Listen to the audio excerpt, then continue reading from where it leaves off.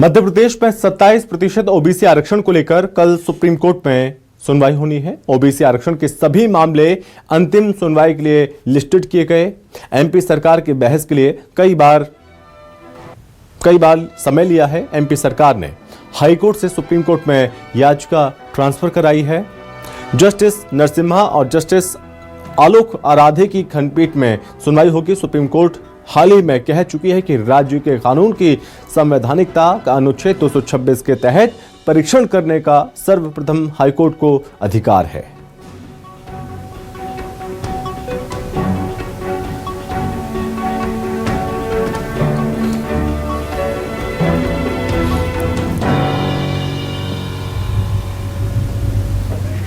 आपको बता दें कि मध्य प्रदेश में 27% ओबीसी आरक्षण को लेकर कल सुप्रीम कोर्ट में सुनवाई होने वाली है।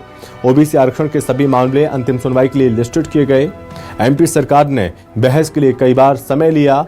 एमपी सरकार ने हाईकोर्ट से सुप्रीम कोर्ट में याचिका ट्रांसफर कराई है। जस्टिस नरसिम्हा और जस्टिस आलोक आराधे की खंडपीठ में सुनवाई होगी। सुप्रीम कोर्ट हाल ही में ये चीज कह चुकी है कि राज्य के कानून की संवैधानिकता का अनुच्छेद 226 के तहत परीक्षण करने का सर्वप्रथम हाईकोर्ट को अधिकार है। ज्यादा जानकारी के साथ सहयोगी कुमार इंदर हमारे साथ जुड़ रहे हैं। तो कुमार इंदर, 27% ओबीसी आरक्षण को लेकर कल सुप्रीम कोर्ट में अहम सुनवाई होने वाली है।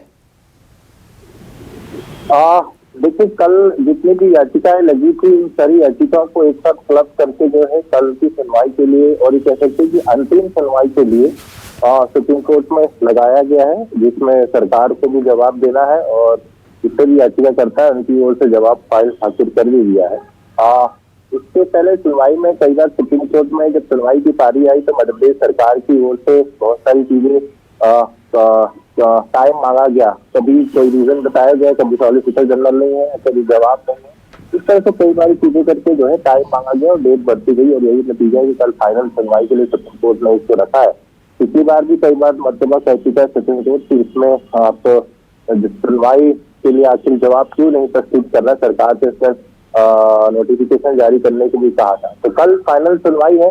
इसी के साथ सुप्रीम कोर्ट ने कुछ जो अभ्यर्थी की याचिकाएं हैं इसको लेकर भी एक निर्देश ये है कि ये याचिकाएं यदि वो चाहे तो हाईकोर्ट में ही जो है वो फिर से दाखिल करने के लिए लगाने के लिए पूरी तरह से स्वतंत्र है।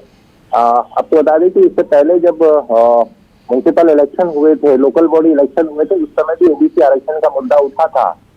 तब भी सुप्रीम कोर्ट ने ये कहा था कि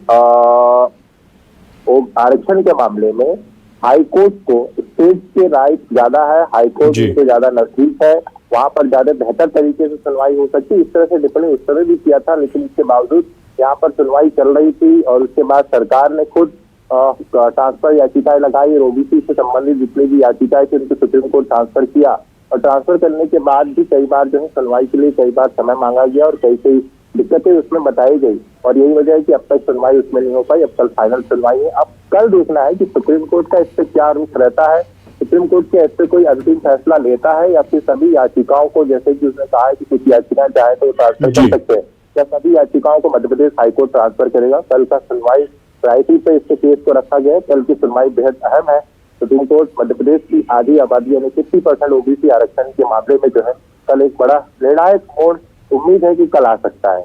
जी ठीक है, बहुत धन्यवाद कुमार इंदर आपका तमाम जानकारी के लिए।